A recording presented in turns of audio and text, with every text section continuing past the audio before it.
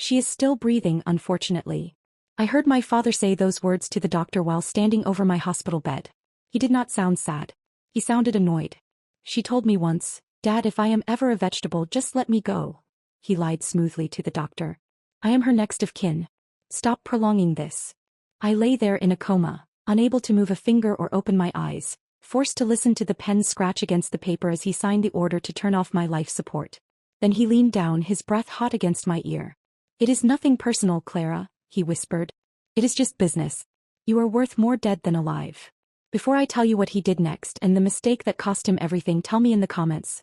Have you ever trusted someone with your life only to realize they were holding the knife? I read every story. The door clicked shut, sealing the room in a heavy, artificial silence. The only sound was the rhythmic hiss-click of the ventilator pushing air into my lungs. Panic is a cold thing when you cannot move. It started in my chest, a scream building in my throat that I physically could not release. I tried to thrash, to open my eyes, to tear the tubes out, but my body was a heavy stone casing. I was locked in, awake, aware, and utterly paralyzed. But my mind was working at high velocity. My name is Clara Sterling. I am 32 years old and I do not hunt criminals with a badge. I hunt them with spreadsheets. As a forensic auditor, I have spent the last decade tracking dirty money through shell companies and hidden offshore accounts. I know how to sit in a room full of liars and spot the one person sweating too much. I know how to listen to what is not being said. And right now I was on the most important stakeout of my life. I heard the scuff of expensive leather shoes on the linoleum. My father had not left. He was pacing. The performance of the grieving parent had vanished the second the doctor walked out. "Pick up," he hissed. The sound of a call connecting. "It is me. I am at the hospital." Pause. Then his voice dropped, tight with a desperation that vibrated through the bed frame. "I know what I said, Marco. You will have it. Monday. Yes, all of it. $850,000. He was walking closer. I could smell his cologne, sandalwood and stale scotch. "The situation has resolved itself," he said into the phone. "The doctor just signed the paperwork. It is a matter of hours. The insurance payout is immediate upon certification of death." I checked the policy. He laughed then. It was not a happy sound. It was the sound of a man who had just dodged a bullet by pulling someone else in front of it. "Yeah, Rebecca is waiting in the car. She is keeping the engine running in case I need a quick exit. He knows the plan. Just give me until Monday." He hung up. The room went quiet again. I felt his presence looming over the bed. He was not holding my hand. He was not saying goodbye. He was tapping his finger against the plastic railing of the bed, a nervous, rhythmic tap-tap-tap. He was doing the math. Most people think evil is passionate, a crime of heat and rage. But I know better. True evil is cold. It is a calculation. To a normal father, a daughter in a coma is a tragedy. To a narcissist like Donald Sterling, I was just a ledger entry that had fallen into the red. I could almost see the equation running through his head. On one side, the cost of keeping me alive. The experimental neurosurgery I needed would cost $150,000. Long-term care? Thousands more a month. I was a liability. A depreciating asset draining his resources. On the other side, my life insurance and the property deeds he thought he could access. $2.5 million. Liquid capital. Immediate solvency. The math was simple. As long as my heart was beating, I was an expense he could not afford. But dead? I was the solution to all his problems. I was the check that would clear his gambling debts and keep his knees intact. He sighed, a long, impatient exhale. "Hurry up, Clara," he muttered to the beeping monitor. "I do not have all day." He thought I was helpless. He thought I was already gone. But he forgot who he raised. I was not just a victim lying in a bed. I was a vault of evidence, and he had just given me the combination.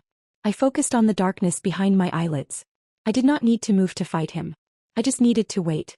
Because sooner or later, every criminal makes a mistake in the paperwork. The door opened again. It was Dr. Evans. He did not look like a doctor anymore. He looked like an executioner who hated his job. He was carrying a tray, the extubation kit. He moved to the side of the bed, checking the monitors with a heavy sigh. My father stood up, smoothing his suit jacket, ready to watch the show. "It is time," Dr. Evans said quietly. "We will turn off the ventilator first. It should be peaceful." Peaceful. Suffocating to death while your father checks his watch is many things, but peaceful is not one of them. Panic flared again, but I shoved it down. Panic consumes oxygen. I needed focus. I needed one single movement. I concentrated every ounce of my will, every spark of electricity in my brain on my eyelids. They felt like lead weights welded shut. I screamed in my head. Look at him. Dr. Evans leaned over me, shining a penlight into my right eye. Pupils are sluggish, he muttered. He moved to the left eye. No. I did not just open them. I fought the paralysis with everything I had. I locked my gaze onto his. I did not look past him the way a comatose patient does. I looked at him. And then I blinked. 1, 2, 3. Rapid, deliberate blinks. The distress code. Dr. Evans froze. His hand holding the penlight stopped in midair. He leaned closer, his breath hitching. Clara, he whispered. Can you hear me? I blinked again. Once for yes. What is happening? Donald's voice cut through the air, sharp and agitated. He stepped forward, trying to block the doctor's line of sight. Is it a seizure? Just reflexes, right? Dr. Evans straightened up, turning to face my father. The look on the doctor's face was not professional detachment anymore. It was suspicion. That was not a reflex, Mr. Sterling. She tracked the light. She responded to a verbal command. You are imagining things, Donald snapped, his mask slipping. She is gone. You said so yourself. Let us just get this over with. I cannot, Dr. Evans said, his voice hardening. The do not resuscitate order is predicated on the diagnosis of a persistent vegetative state. If she is responsive even minimally, the order is void. I cannot legally withdraw support. The silence in the room was thick enough to choke on. I watched my father's face. For a split second I saw the raw, naked rage. He looked like he wanted to grab the scalpel from the tray and finish the job himself. Then the mask slammed back into place. Oh, thank God, he cried out, his voice cracking with a performance worthy of an award. He grabbed the doctor's hand, shaking it aggressively. It is a miracle. My little girl is still in there. She is, Dr. Evans said, pulling his hand away. He did not buy it. I could see it in his eyes. He knew something was wrong. I need to run more tests. We are keeping her on the ventilator for now. I am upgrading her status to critical but responsive. Of course, Donald said, wiping a fake tear. Whatever she needs. But as Dr. Evans turned to log the data into the computer, my father looked back at me. His eyes were cold, dead sharks. He knows, I thought. And he is terrified. In that moment I wanted to scream. I wanted to thrash and point a finger at him and tell the doctor everything. But my training kicked in. In forensic auditing there is a golden rule. When the target is making mistakes, do not interrupt him. If I showed him I was fully recovered, if I started communicating, he would panic. A desperate man is unpredictable. He might flee. He might lawyer up and hide the assets before I could find them. Or worse, he might try something violent right here, right now. But if I stayed quiet, if I let him think I was just a flickering candle that could be easily blown out, he would get arrogant. He would think he still had a chance to fix this problem. I looked at my father one last time, let my eyelids droop and let my face go slack. I retreated back into the mask of the coma. I saw his shoulders relax. He thought he still had the upper hand. He thought I was weak. He did not know that silence is the loudest alarm you can trigger. I was not helpless anymore. I was lying in wait. And I was going to let him dig his own grave. Nathaniel walked in 20 minutes later. He did not look like a lawyer who billed $500 an hour. He looked like a shark in a tailored suit who had just smelled blood in the water.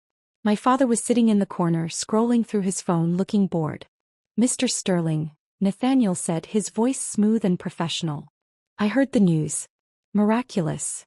She is still a vegetable, Donald grunted, not looking up. Just a breathing one now. What do you want, Nathaniel? I thought you handled her taxes, not her medical charts. I do, Nathaniel said. And that is actually why I am here. We have a complication with the estate. A financial one. I need to review some files with her, even if she cannot respond. Protocol. He looked at my father pointedly. Privileged attorney-client confidentiality. I need the room. Donald rolled his eyes and stood up. Knock yourself out. She's not going to tell you much. I am going to get coffee. As soon as the door clicked shut, Nathaniel's demeanor shifted instantly. He dropped his briefcase and moved to the side of the bed, his face inches from mine. Clara, he whispered. If you are in there, give me a sign. Evans said you tracked the light.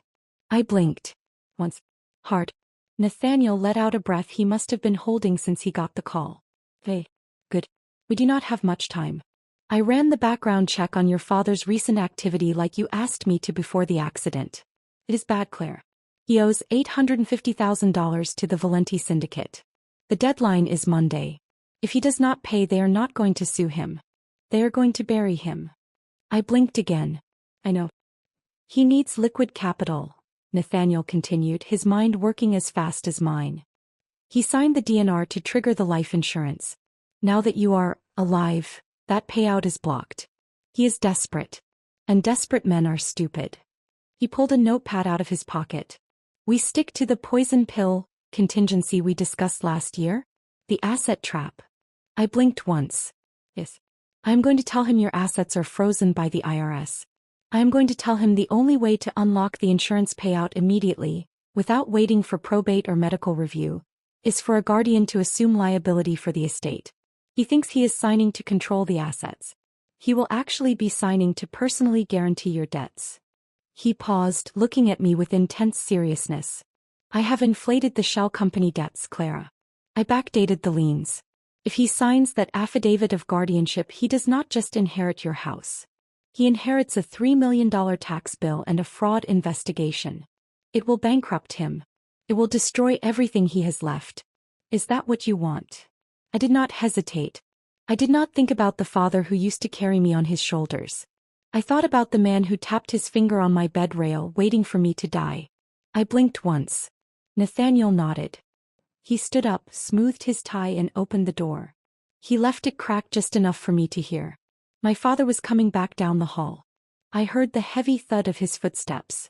Mr. Sterling, Nathaniel said, his voice pitching up into a tone of manufactured worry. We have a problem.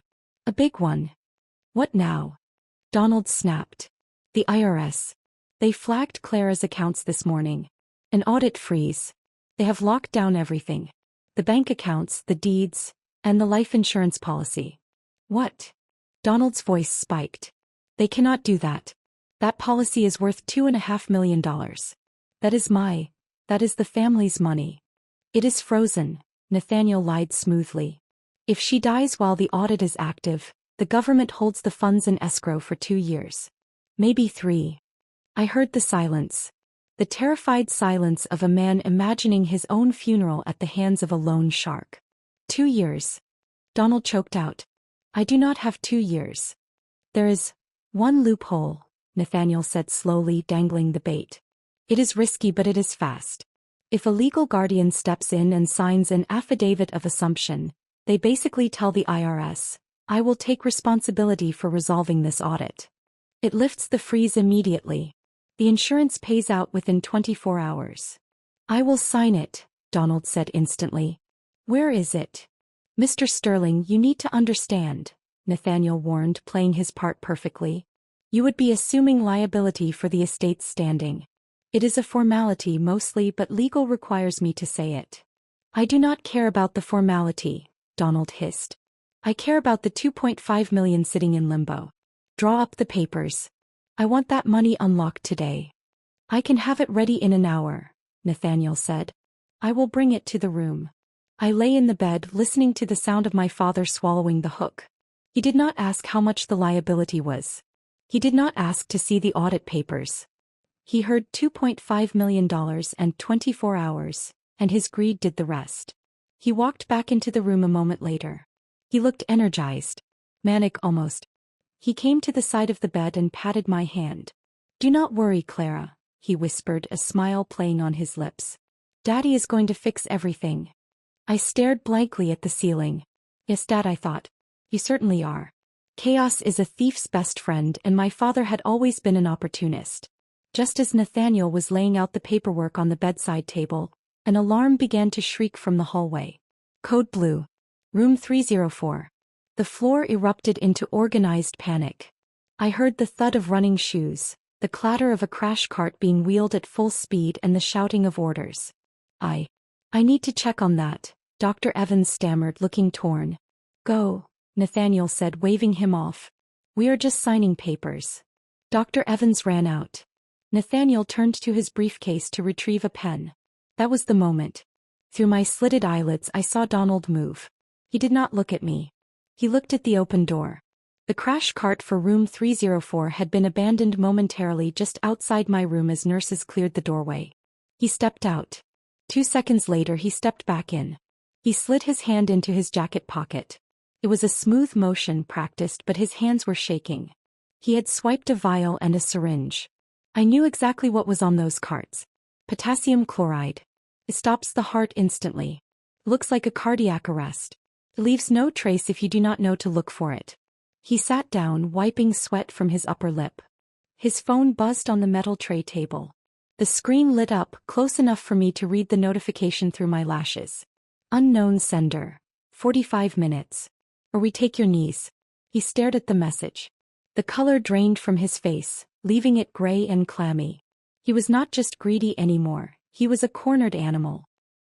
Here is the affidavit, Nathaniel said, placing the document in front of him. Sign here and initial the liability clause at the bottom. Once this is filed, you are the legal guarantor of the estate. The freeze lifts. The funds are yours to manage. Donald barely glanced at the paperwork.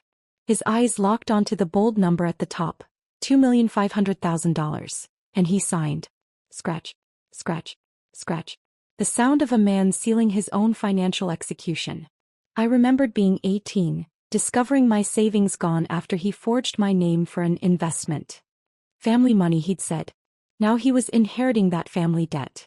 Done, he snapped, pushing the papers to Nathaniel. The door shut. Silence settled. Donald locked it. I realized then he did not just want the payout. He needed it now. He pulled out a syringe. You should have stayed out of this, Clara, he whispered, approaching my fore. Do one last favor for your dad. He thought I was helpless. He was wrong. I snapped my eyes open. He froze. Slowly, I lifted my hand, revealing the red emergency call button hidden in my palm, and slammed my thumb down. Beep, beep, beep. The door burst open.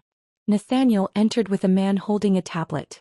Step away from the patient, Nathaniel said. Donald spun. She woke up. I was helping. Helping her with potassium chloride? The man asked, turning the screen toward him. Live footage. The syringe. The whisper. You're on the cloud, the investigator said. You can't erase this. Donald dropped the needle. Police stormed in moments later. He collapsed instantly. It wasn't me. Rebecca told me. She's in the car. Cuffs snapped shut. Nathaniel leaned toward me.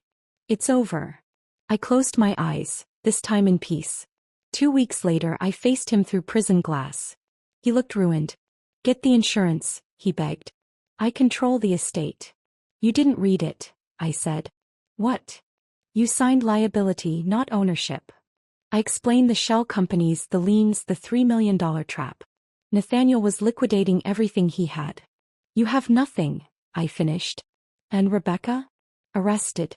She blamed you first. He slammed the glass. I'm your father. I paid you with 32 years of silence. The accounts closed.